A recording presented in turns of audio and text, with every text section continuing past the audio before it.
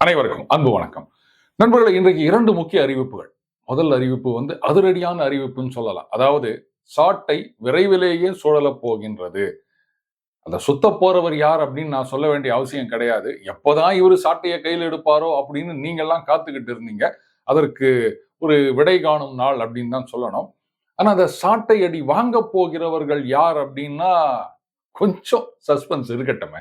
ஏன்னா இந்த தடவை பலமான அடி விழும் அப்படின்னு நினைக்கிறேன். இஃப் ஆல் கோஸ் வெல், விரைவிலேயே 1 மாதத்திற்குள்ளாக இந்த காட்சியை நாம எல்லோரும் காணலாம். அது வரைக்கும் கொஞ்சம் பொறுமையா இருப்போம். ரைட். அடுத்த அறிவிப்பு. நண்பர்கள் நிறைய பேர் கேட்டிருந்தாங்க, சார் நீங்க வழக்கம் போல வாரத்துக்கு 4 நாள் அப்படின்னு ஆரம்பிச்சிட்டீங்க. அட்லீஸ்ட் மற்ற சேனல்ல வர பதிவுகள் இதெல்லாம் தெரிஞ்சுக்கணும்னா அந்த வாட்ஸ்அப் சேனல்னு ஒன்று ஆரம்பிச்சிங்க. அந்த லிங்கையும் ரெகுலரா போடுறது கிடையாது அப்படின்னு சில பேர் கழுவி ஊத்தினாங்க. சரி, இனிமே நான் டெய்லி போட்டுடுறேன். ஆனா அதுல நோட்டிபிகேஷன் எங்களுக்கு வருதில்லை அப்படின்னு சொன்னாங்க. அதாவதுங்க, இதுல ஒரு சின்ன சிக்கல் இருக்கின்றது. இது நம்ம 1 to 1 வாட்ஸ்அப் மெசேஜ் அனுப்புற மாதிரி டகால்னு நோட்டிபிகேஷன் வராது. அந்த லிஸ்ட்லயும் அது இருக்காது. ஆனா நம்ம எடிட்டர் தம்பி நம்ம சேனல்ல வர வீடியோ மட்டும் இல்ல, மற்ற சேனல்ல நான் கொடுக்கிற பேட்டிகள்லாம் லிங்க் வர வர இமிடியட்டா அதை அந்த வாட்ஸ்அப் சேனல் அதுல அவன் பப்ளிஷ் பண்ணிடுறாங்க. நீங்க என்ன பண்ணணும்னா, அப்பப்போ சும்மா இருக்கும்போது அந்த வாட்ஸ்அப்பை ஓபன் பண்ணீங்கன்னா கீழே சாட்ஸு, கால்ஸு, செட்டிங்ஸு, அப்டேட்ஸ்னு ஒன்று இருக்கும். அந்த அப்டேட்ஸை கிளிக் பண்ணீங்கன்னா அப்பதான் நீங்க என்னென்ன சேனல்லாம் ஜாயின் பண்ணிருக்கீங்களோ அதெல்லாம் அந்த லிஸ்ட்ல வரும். அதுல அன்டு டிவி அப்படின்ற பேர்ல இந்த சேனல் இருக்கும். விரைவிலேயே இதை டெய்லி பஞ்ச் அப்படின்னு மாத்திடுவோம். ஸோ அதை பார்க்கும்போது மட்டும்தான் அந்த எத்தனை மெசேஜ் நீங்க படிக்காம இருக்கு அப்படின்ற விஷயம் அதுல தெரியும். அது என்ன பிரச்சனைன்னு தெரியல, அதை பார்த்துட்டு இருக்கோம். பட் அது நோட்டிபிகேஷன் தானா வர வரைக்கும் நண்பர்கள் அந்த அப்டேட்ஸை கிளிக் பண்ணி அந்த சேனலுக்குள்ள போனாதான் வீடியோக்களை பார்க்க முடியும். ஓகே, இப்போ இன்றைய பதிவு முழுக்க முழுக்க பொய்யும் புரட்டும் டுபாக்கூர் செய்திகளும் போராளிகளும் இதை பத்தி தான் நம்ம பார்க்க வரோம். குறிப்பா நீட் தேர்வு சம்பந்தமாக சமீபத்தில் ஒரு செய்தி ஒன்று பார்த்தேன். இந்த மாதிரி நாடு முழுக்க நீட் தேர்வுக்கு எதிர்ப்பு, நீட் விவகாரத்தை கையில் எடுக்கிறார் ராகுல் காந்தி அப்படின்னு. எங்க அண்ணன் எந்த விஷயத்தை தான் கையில எடுக்கல, ஆனா கையில எடுத்த எந்த விஷயத்தையாவது உருப்படியா அவரு முடிச்சிருக்காரா? என்னவோ பார்த்தீங்களா, கைப்புள்ள இன்னைக்கு வண்டியில கிளம்பிட்டாரு, எத்தனை தலை உருள போதோ அப்படின்னு அந்த ஊர் ஜனங்கள்லாம் சொல்லுவாங்கல்ல, அந்த மாதிரி தான் நான் இந்த நியூஸை பார்க்கறேன். அதுலயும் ராகுல் காந்தி அவர்கள் என்ன சொல்லியிருக்காரு, பாஜக ஆளும் மாநிலங்கள்ல எல்லாம் இந்த மாதிரி முறைகேடுகள் நடந்திருக்கின்றன, கொஸ்டின் பேப்பர் லீக் இந்த மாதிரி விஷயங்கள்லாம் நடக்குது அப்படின்னு சொல்லியிருக்காருங்க. உடனே அகிலேஷும் கோரஸ்ல கலந்துக்கினாரு. பார்த்தீங்களா, நீட் தேர்வு முறைகேடுகள் நடக்கின்றது, இதெல்லாம் ரத்து செய்ய வேண்டும் அப்படின்னு. இத்தனை வருஷமா அவருக்கு சொந்தமா மூளை வேலை செய்யல போல இருக்குது. இப்ப பார்த்த உடனே தான் இந்த மாதிரி ரத்து செய்யணும் அப்படின்னு கேட்டா சொல்லலாம், முறைகேடுகள் நடக்கின்றது அதனால ரத்து செய்யணும் அப்படின்னு. வாங்க, இதுக்கு தான் நான் வெயிட் பண்ணிட்டு இருந்தேன். சரி, என்னென்னலாம் முறைகேடுகள் நடந்திருக்கின்றன, இல்ல நீட் தேர்வுல மட்டும்தான் முறைகேடுகள் நடக்கின்றதா, அதை முதல்ல பார்த்துருவோம். இப்போ ஒரு சின்ன ஸ்டாட்டிஸ்டிக்ஸ் எடுத்து பார்த்தீங்கன்னா, கடந்த ஒரு 5-6 வருடங்கள்ல எந்தெந்த மாநிலங்கள்ல இது மாதிரி முறைகேடுகள், குறிப்பா இந்த கொஸ்டின் பேப்பர் லீக் இது நடந்திருக்கு அப்படின்னு பாத்தீங்கன்னா, டாப்ல இருக்கிறது ராஜஸ்தான். அதாவது காங்கிரஸ் ஆட்சியில் இருந்த காலகட்டத்தில் 7 முறை அங்கு நடந்த அந்த நம்ம டிஎன்பிஎஸ்சின்னு சொல்றோம் இல்லையா, அந்த மாதிரியான தேர்வுகள்ல 7 முறை கொஸ்டின் பேப்பர் லீக் ஆயிருக்குது. சொல்ல போனா அந்த தேர்தல், சட்டமன்ற தேர்தலில் இதுதான் ஒரு பெரிய விஷயமாக பிரச்சாரமாக முன்வைக்கப்பட்டது. காங்கிரஸ் தோத்துடுச்சு, பாஜக வந்துட்டாங்க. அவங்க வந்த உடனே ஒரு ஸ்பெஷல் இன்வெஸ்டிகேஷன் டீம் ஃபார்ம் பண்றாங்க. இந்த கொஸ்டின் பேப்பர் லீக்ல யார் யாரெல்லாம் சம்பந்தப்பட்டு இருக்கிறார்கள், முழுமையான விசாரணை வேணும் அப்படின்னு சொல்லிட்டு கிட்டத்தட்ட 1 வருஷம் ஆயிப்போச்சுங்க. ஆனா என்ன ரிசல்ட் அப்படின்னு தெரியல. இப்படியே இவங்க லேட் பண்ணியிருந்தாங்கன்னா வேலைக்கு ஆகாதுன்றது ஒரு விஷயம். அடுத்தது, இப்போ இந்த புல்டோசர் வச்சு வீடுகளை இடிப்பது, இது பாஜக தான் பண்ணுது அப்படின்னு எல்லாரும் சொல்லி நிற்கிறாங்க. ரைட். ஆனா இங்க மேட்டர் என்ன அப்படின்னு கேட்டீங்கன்னா, இந்த மாதிரி இந்த issue question paper leak issue பெருசான உடனே நம்ம அண்ணன் அசோக் கெலாட் இருக்காருல்ல, அவரும் இந்த கொஸ்டின் பேப்பர் லீக்ல சம்பந்தப்பட்டதா சொல்லப்படுகின்ற ஒருத்தர், அவர் வீட்டுல அனுமதியின்றி எக்ஸ்ட்ராவா கட்டியிருக்க போர்ஷனை புல்டோசர் வச்சு இடிச்சுக்கிறாரு. இப்போ ஒருத்தர் ஒரு குற்றம் செய்ததாக கருதப்பட்டு கைது செய்யப்படுகின்றார். லெட்டஸ் சே ஒரு கொலை பண்ணதான் சஸ்பிஷன்ல ஒருத்தர் அரெஸ்ட் பண்றாங்க அப்படின்னு வச்சுக்கோங்களேன். இப்போ அவருடைய வீட்டை இடிக்கிறாங்க அப்படின்னு சொன்னா பெரும்பாலும் செய்தி எப்படி வரும் அப்படின்னு பாத்தீங்கன்னா, கொலை குற்றம் சாட்டப்பட்டவர், அவரது வீடு இடிப்பு. அப்ப நம்ம என்ன நினைப்போம், பாருங்க அவரு கொலை பண்ணதா சொல்லிட்டாங்க, உடனே வந்து ஊட்ட இடிச்சிட்டாங்க, இதெல்லாம் நியாயமா? இப்படித்தான் நம்ம நினைச்சிட்டு இருக்கோம். நல்லா யோசிச்சு பாருங்க. ஆன் சஸ்பிஷன் ஒருத்தர் அரெஸ்ட் பண்றதுனாலயே அவர் வீட்டை இடிக்க முடியுமா? ஆர் கொலை குற்றம் செய்தது நிரூபிக்கப்பட்டாலுமே அவருக்கு மரண தண்டனை ஒன்னா கொடுக்கலாமே தவிர அவர் வீட்டை இடிங்கன்னு எந்த சட்டத்திலையும் இடம் இல்லை. என்ன சார் சட்டத்துல இடம் இல்லைன்றீங்க, அப்புறம் யூபி எம்பி இங்கெல்லாம் வந்து இடிச்சுன்னுக்கிறாங்களா, இதுக்கு என்ன பதில் சொல்ல போறீங்க அப்படின்னா, காரணம் நடுவுல கொஞ்சம் பக்கத்தை காணோம். அதாவது குற்றச்செயலில் ஈடுபட்டதாக ஒருத்தர் அரெஸ்ட் பண்றாங்க அப்படின்னு சொன்னா, வழக்கமா நம்ம சினிமா எல்லாம் பார்க்கலாம், என்னென்ன பழைய கேஸ் எல்லாம் இருக்குது இவன் மேல தோண்டு அப்படின்வாங்க இல்லையா? அந்த மாதிரி அவருடைய வீடு இன் வயலேஷன் ஏதாவது கட்டிக்கிறாங்களா, இல்ல அரசு நிலத்தை ஆக்கிரமித்து கட்டியிருக்காங்களா, இப்படின்றதெல்லாம் தோண்டி எடுக்கிறாங்க. அந்த மாதிரி வயலேஷனோ இல்ல வந்து ஆக்கிரமிப்போ இருந்தது அப்படின்னு சொன்னா அந்த ஆக்கிரமிப்பு அகற்றப்படுகின்றது.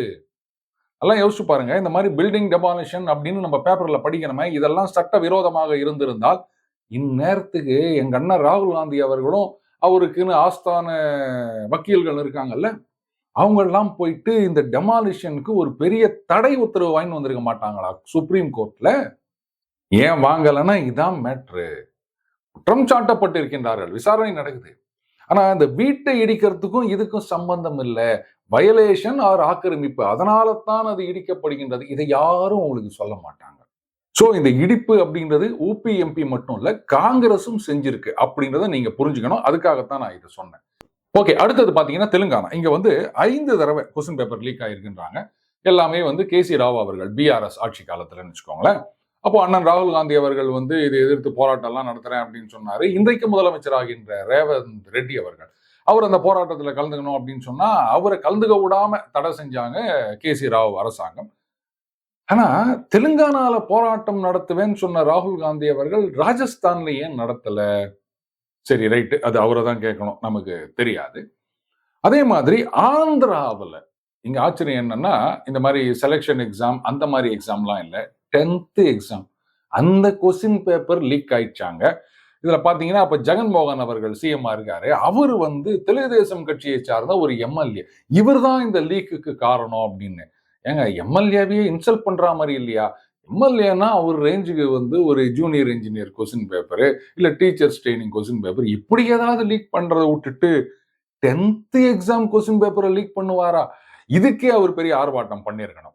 இது தெலுங்கு தேசம் கட்சியில எதிர்ப்பு தெரிவித்தார்கள் அப்படின்னு வச்சுக்கோங்களேன். இதே மாதிரி உத்தரப்பிரதேசத்திலையும் ஒரு லீக் நடந்திருக்குங்க. அதாவது இந்த டீச்சர்ஸ் எலிஜிபிலிட்டி டெஸ்ட்னு சொல்லுவாங்க இல்லையா, தகுதி தேர்வு ஆசிரியர்களுக்கானது, அதுல வந்து நடந்திருக்கு. ஆனா யோகி அவர்கள் என்ன பண்ணியிருக்காரு, இதுல சம்பந்தப்பட்டதா குற்றம் சாட்டப்பட்டவர்கள் அவங்க மேலெல்லாம் தேசிய பாதுகாப்பு சட்டத்தை பிரயோகம் பண்ணியிருக்கார், நேஷனல் செக்யூரிட்டி ஆக்ட். அந்த அளவுக்கு கடுமையா நடவடிக்கை எடுத்திருக்கின்றார் யோகி அவர்கள். இந்த அசோக் கெலாட் அவர்கள் மாதிரி 7 தடவை நடந்து ஒண்ணும் பண்ணாம இருந்ததெல்லாம் கிடையாது. ஒடிஷாலையும் இதே மாதிரி ஒண்ணு நடந்திருக்கு. அது வந்து ஜூனியர் இன்ஜினியர் அந்த செலெக்ஷனுக்கான கொஸ்டின் பேப்பர் லீக் ஆனதா சொல்றாங்க, நவீன் பட்நாயக் அவர்கள் ஆட்சியில் இருந்த காலத்துல. சரி, இவ்வளவுலாம் நடந்துருங்க சார், அப்ப இதுக்கு வந்து மத்திய அரசாங்கம் என்ன பண்ணாங்க? சொல்ல போனா அண்ணன் ராகுல் காந்தி அவர்கள் வந்து தேர்தல் போது சொன்னாரு, இந்த மாதிரி கொஸ்டின் பேப்பர் லீக் அப்படின்னு வந்தா பாதிக்கப்பட்ட மாணவர்களுக்கு நாங்க வந்து அது ஏதாவது இழப்பீடு அந்த மாதிரி செய்வோம்ன்ற மாதிரி பேசியிருந்தாருங்க. எப்படிங்க, இப்போ ஒரு கொஸ்டின் பேப்பர் லீக் ஆயிடுச்சு, அந்த எக்ஸாமை கேன்சல் பண்ணிடுறாங்க. அந்த எக்ஸாமை ஒரு 1,00,000 பேர் எழுத இருந்தாங்கன்னு வச்சுக்கோங்களேன், அத்தனை பேருக்கு என்ன இழப்பீடு கொடுப்பாங்க? அப்ப என்ன பண்ணலாம், எல்லாரும் சும்மா வேணாம், நம்ம பாஸ் பண்ணுவோம் மாட்டோமா அப்படின்னு சந்தேகமே வேணாம், எந்த எக்ஸாம் இருந்தாலும் அப்ளை பண்ணிவிட்டு அப்படியே கிளப்பி விட வேண்டியதான், கொஸ்டின் பேப்பர் லீக் ஆயிடுச்சு அப்படின்னு. அதை ஏதாவது எக்ஸாமை கேன்சல் பண்ணிட்டாங்கன்னா நமக்கு காசு கிடைக்கும்ல. இப்படிதான் எதையுமே யோசிக்காம இவர் பாட்டுக்கு பேசி நிற்கிறான்னு வச்சுக்கோங்களேன் ராகுல் காந்தி அவர்கள். ஆனா மத்திய அரசாங்கம் இது ஏற்கனவே வந்து ஒரு சட்டத்தை கொண்டு வந்து விட்டார்கள். என்ன ஒரே ஒரு பிரச்சனைன்னு கேட்டீங்கன்னா, அந்த பாஜகல செய்யறத வெளில சொல்லவே மாட்டாங்க, யாராவது தோண்டி துருவி எத்தின்னு வந்து சொல்லணும்.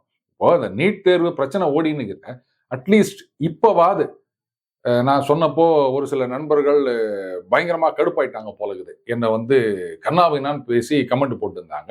சரி, இருந்துட்டு போட்டோம். இதெல்லாம் வந்து நீங்க ஒரு சம்பவம் நடந்த பிறகு இது மாதிரி எல்லாம் பேசலாம், அந்த நேரத்துல அது இதுன்னு ஏதோ சொல்லியிருந்தாங்க.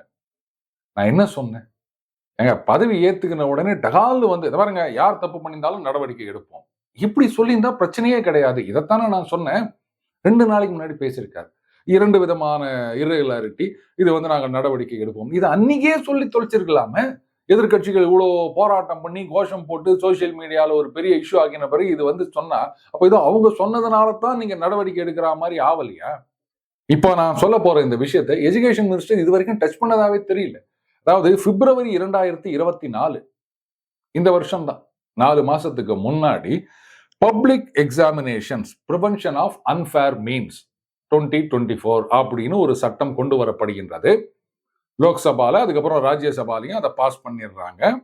இந்த சட்டம் என்ன சொல்கின்றது அப்படின்னா, இந்த மாதிரி பொது தேர்வுகள் இதுல முறைகேடுகளில் ஈடுபடுபவர்களுக்கு 10 வருட சிறை தண்டனை பிளஸ் 1 கோடி ரூபாய் வரைக்கும் அபராதம் விதிக்கப்படும். இதுதான் இந்த சட்டம். யாராவது கேள்விப்பட்டிருக்கமா? அவ்வளவு ரகசியமா வச்சுருக்கிறாங்க பாஜக. விளங்கிரும். இதே பிரதான் அவர்கள் என்ன பண்ணிருக்கணும், அது பாருங்க, நாங்க ஏற்கனவே சட்டம் கொண்டு வந்துட்டோம். யாரா இருந்தாலும் இவ்வளவு ஒரு கடுமையான சட்டம், 10 வருஷம் ஜெயிலு, 1 கோடி அபராதம், நிச்சயமா நாங்க நடவடிக்கை எடுப்போம் அப்படின்னு சொல்லி இருக்க வேணாமா? ஒருவேளை அவருக்கே இது தெரியாம ரகசியமா வச்சிருந்திருக்காங்க போல இருக்கு. இப்பதானே மினிஸ்டர் ஆகிறாரு, இனிமேதான் இதெல்லாம் தோண்டி துருவி கண்டுபிடிக்கணும் அப்படின்னு நினைக்கிறேன். எல்லாத்தையும் விட இதே தமிழகத்திலேயே டிஎன்பிஎஸ்சி எக்ஸாம் எல்லாரும் ராமேஸ்வரத்துக்கு போயிட்டு வந்தாங்க, அக்னி தீர்த்தத்துக்கு. ஞாபகம் இருக்கா? ஆமால, எங்கேயோ கேள்விப்பட்ட மாதிரி இருக்குது. அந்த கேஸ் என்ன ஆச்சுன்னு யாருக்காவது தெரியுமா? ஏதோ சில பேர் அரெஸ்ட் பண்ணாங்க, அப்படி இப்படின்னு சொன்னாங்க. இதுல என்ன நடந்தது? பத்திரிகைகளுக்கும் அதுல அக்கறை கிடையாது. அது சரி, நமக்கே அக்கறை இல்லைன்னும் போது பத்திரிகைகள் அதை எங்க தேடி கண்டுபிடிச்சு போட போறாங்க? இவ்வளோ ஏங்க போக்குவரத்து துறை இதுல செலக்ஷன், டிரைவர், கண்டக்டர், இன்னும் என்னென்னவோ போஸ்ட் எல்லாம் செலக்ஷன் ஞாபகம் இருக்குதா? இதுல முறைகேடு அப்படின்னு சொல்லி குற்றச்சாட்டு வந்தது. திமுகல தான் இந்த குற்றச்சாட்டை வைத்தார்கள்.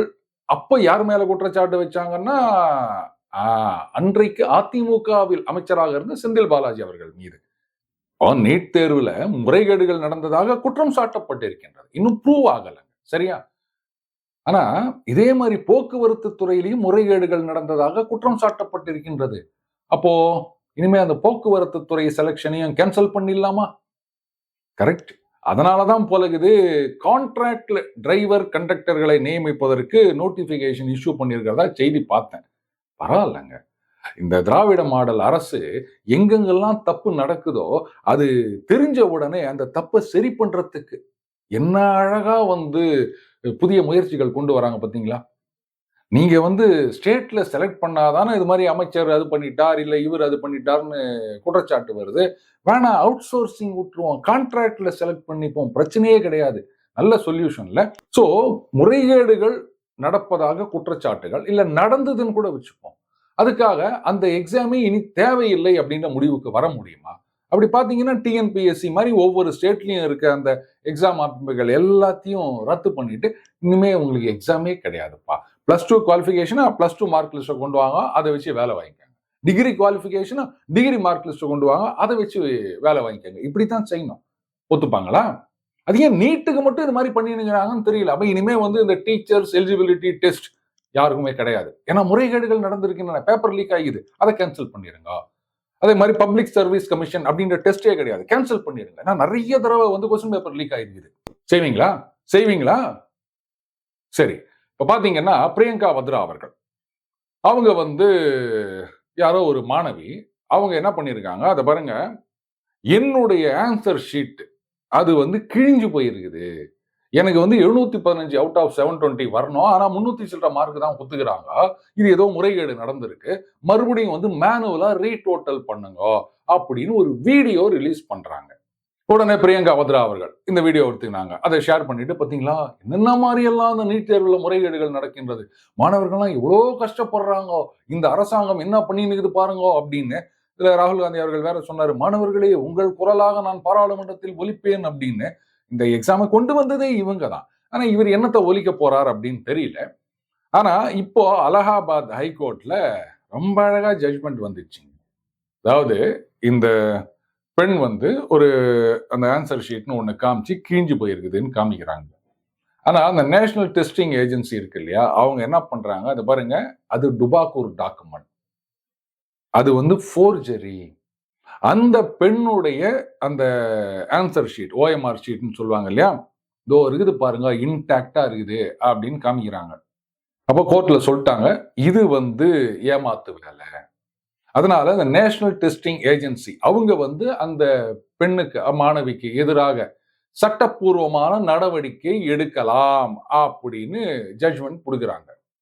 இப்போ ஒரு டுபாக்கூர் வீடியோவை அது என்ன ஏதுன்னு கூட ஆராயாம ஷேர் பண்ணி இப்படி ஒரு பொய் செய்தியை பரப்பியிருக்காங்களே பிரியங்கா வத்ரா அவர்கள், இதுக்கு என்ன பண்ணலாம் சொல்லுங்க? ஃபேக் நியூஸ் நீங்க பரப்பிக்கினே இருப்பீங்க, என்ன ஏதுன்னு யோசிக்க மாட்டீங்க. உதாரணத்துக்கு இப்போ இந்த பெட்ரோ டாலர் அக்ரிமெண்ட்னு சொல்லுவாங்க. சவுதி அரேபியா வந்து எண்ணெயை டாலர்ல தான் வாங்கணும் அப்படின்ற அக்ரிமெண்ட் வந்து இந்த ஜூன் மாசம் முடிஞ்சு போச்சு. அவங்க அதை ரினியூ பண்ணல. இனிமே வந்து அவங்க சைனீஸ் கரன்சி எந்த கரன்சில வேணா வாங்குவாங்க. அமெரிக்கா டாலர் ஆட்டம் கண்டு விட்டது அப்படின்னு ஒரு நியூஸ் சோசியல் மீடியால நிறைய சுத்திட்டு இருந்ததுங்க. ஒரு சில நண்பர்களோட என்ன கேட்டாங்க, சார் நீங்க தான் அந்த டி டாலரைசேஷன் சொல்லுவீங்க, அது இப்ப கண்ணு முன்னாடி நடந்துருக்குது, இதை பத்தி நீங்க பேசுங்களேன் அப்படின்னு. ஒரு விஷயம் நல்லா யோசிக்கணும். டாலர்ல மட்டுமே வாங்க வேண்டும் அப்படின்ற எந்த விதமான ஒரு கட்டுப்பாடும் இருந்ததா எனக்கு தெரியல. ஏன்னு கேட்டீங்கன்னா, இந்த அக்ரிமெண்ட் இப்ப ஜூன் 8ஆம் தேதியோ நோ முடிஞ்சதா சொல்றாங்க. பட் அதுக்கு முன்னாடியே சீனா கிட்ட இருந்து சைனீஸ் கரன்சியில இந்த ஆயில் வாங்குவதற்கான ஒப்பந்தம் கையெழுத்தானது. ஈவன் இந்தியாவோட கூட இந்த ருப்பியில ட்ரேட் பண்ணலாம் அப்படின்ற ஒரு முடிவை எடுத்தாங்க. ஸோ அந்த கண்டிஷன்லயே எனக்கு சந்தேகம் இருக்கின்றது. நம்பர் 2, இந்த மாதிரி அக்ரிமெண்ட்டை ரினியூ பண்ணல அப்படின்ற செய்தி வந்து அத்தன்டிக் இன்ஃபர்மேஷனா எனக்கு தெரியல. லேட்டர் இது வந்து ஒரு டுபாக்கூர் நியூஸா இருக்கலாம் அப்படின்ற செய்திகளும் வேற சில சோர்சஸ்ல இருந்து கலெக்ட் பண்ணோம் அப்படின்னு வச்சுக்கோங்களேன். சி, ஒரு சாதாரண மனுஷனான நானே ஒரு விஷயத்தை பத்தி பேசுறதுக்கு முன்னாடி இவ்வளோ வெரிஃபிகேஷன் பண்ணிட்டு இருக்கேன் அப்படின்னா, நாளைக்கு வந்து இந்த அக்ரிமெண்ட்டை ரினியூ பண்ணல சவுதி அரேபியா அமெரிக்காவோட அப்படின்னு சொன்னா, ஏன்னா இதை பார்த்துட்டு ஜோ பைடன் வந்து என்ன கேள்வி கேட்க போறாரா, இல்ல சவுதி அரேபியால இருந்து என்ன கேள்வி கேட்க போறாங்களா, என்னங்க தப்பான நியூஸ் போட்டீங்க அப்படின்னு. அவங்களுக்கு இதுக்கு சம்பந்தமே கிடையாது, இதை பத்தி யாரும் கேர் பண்ண போறதே கிடையாது. இருந்தாலும் அந்த கிரெடிபிலிட்டி அப்படின்றது ஒண்ணு இருக்கு இல்லையா? சோ நானே வந்து இந்த அளவுக்கு உஷாரா எல்லாத்தையும் செக் பண்ணும்போது, பிரியங்கா வத்ரா இந்த அளவுக்கு ஒரு பொய் செய்தியை வந்து வெரிஃபை பண்ணாம ஷேர் பண்ணிருக்காங்களா அப்படின்னு யோசிக்கும் போது தான் எனக்கு ஒண்ணு தெரிஞ்சுது. நோ நோ நோ, காங்கிரஸ் அப்படின்றது பொய் செய்தியை வெரிஃபை பண்றது இல்ல, தே ஆர் மேனுஃபேக்சரிங் பொய் செய்திகள். நான் ஆதாரத்தோட தான் பேசுறேன். மவுத்து புளித்ததோ மேங்கோ புளித்ததோ என்னக்கு நான் பேச மாட்டேன். ரஜத் சர்மா இவர் வந்து ஒரு ஜேர்னலிஸ்டுங்க. ஹிந்தியில ரொம்ப பிரபலமான ஒரு பத்திரிகையாளர். சொல்ல போனா சேட்டலைட் சேனல்ல அவருடைய ஒரு சில வீடியோக்கள் வந்து நிறைய நீங்க பார்த்துருக்கலாம். ராசா அவர்களை அந்த சைக்கிள்ல வந்தது, கார்ல வந்தது அப்படின்ற மாதிரி ஒரு பேட்டி எடுத்திருந்தார் இல்லையா? கரெக்ட், அவரே தான் ரஜத் சர்மா. அவர் மேல வந்து காங்கிரஸ் தலைவர்கள் ஒரு சிலர் ஜூன் 10ஆம் தேதி இந்த மாசம் ஒரு ட்வீட் போட்டு கம்ப்ளைண்ட் கொடுக்குறாங்க. என்னன்னு கேட்டா, இவர் வந்து இந்த ஜூன் 4ஆம் தேதி அந்த எலெக்ஷன் ரிசல்ட்லாம் வந்துட்டு இருந்தது இல்லையா? அன்றைக்கு நடந்த நிகழ்ச்சியில வந்து இவர் ஏதோ மரியாதை குறைவாக, தரக்குறைவாக கத்தினார் அப்படின்ற மாதிரி ஒரு வீடியோ கிளிப்பிங் ஷேர் பண்ணி, இப்படிலாம் நடந்தினார் பாருங்க அப்படின்னு அவர் மீது ஒரு பயங்கரமான குற்றச்சாட்டு. ஆனா ரஜத் சர்மா அவர்கள் வந்து பாஜகவை சார்ந்தவர் இல்லை. அதனால என்ன பண்ணிட்டாரு, நேரா கோர்ட்டுக்கு போயிட்டு அன்னைக்கு அந்த நிகழ்ச்சி லைவா டெலிகாஸ்ட் ஆயிருக்குது, மக்கள் எல்லாம் பார்த்திருக்காங்க. ஆனா இவங்க அதுக்கப்புறம் இதை நம்ம வாயை குவிக்கல, பின்னாடி இருந்து யாரோ டப்பிங் கொடுக்குறாங்க அப்படின்ற மாதிரி வேற ஏதோ ஒரு ஆடியோவை இதுல சொருகி, நான் வந்து இந்த மாதிரி மரியாதை இல்லாமல் தரக்குறைவாக நடந்து கொண்டேன் அப்படின்னு என் மீது அவதூறு சுமத்துகிறார்கள் அப்படின்னு கோர்ட்டுக்கு போயிட்டு இப்போ அந்த ட்வீட்டை டெலீட் பண்ணுங்க அப்படின்னு சொல்லியிருக்காங்க. கூடவே இந்த டிஃபமேஷன் கேஸ் நடக்கும் அப்படின்னு வச்சுக்கோங்களேன். அதுலயும் அது வந்து அந்த ஊடால சொருகப்பட்டது அப்படின்றது வந்து பக்காவா நிரூபிக்கப்பட்டு விட்டது. இப்ப சொல்லுங்க, அப்போ காங்கிரஸ் கட்சி அப்படின்றது வந்து மேனுஃபேக்சரிங் லைஸ் அப்படின்னு நான் சொன்னதுல என்ன தப்பு இருக்கின்றது? இதாங்க, இதுதான் காங்கிரஸ் கட்சி இன்னைக்கு கையில எடுத்திருக்கின்ற மிகப்பெரிய ஆயுதம். பொய் செய்திகள், உருட்டுவது, ஏமாற்றுவது, இதைத்தான் வந்து அவங்க நம்பிட்டு இருக்காங்க. எப்படியாவது மோடி அரசாங்கத்தை பதவியிலிருந்து இறக்க வேண்டும் அப்படின்னு. இதுக்கு வந்து அவங்களுக்கு பல பல சக்திகள் பின்னாடி இருக்கலாம். மோடி அரசாங்கம் இதையெல்லாம் உஷாரா கவனிச்சு சாட்டைய சுத்துன்னு சுத்தல அப்படின்னு சொன்னா, அந்த சாட்டை வேற எதுக்கும் உபயோகப்படாது. அவங்க கையில அவங்களே கட்டிக்கிறதுக்கு தான் யூஸ் ஆகும். விழித்துக் கொள்ள போகின்றார்களா இல்ல தூங்கிக்கின்னு கோட்டை விட போறாங்களா அப்படின்றத அவங்க தான் முடிவு பண்ணணும். மீண்டும் அடுத்த பதிவு வெள்ளிக்கிழமை என்று சந்திப்போம். வணக்கம்.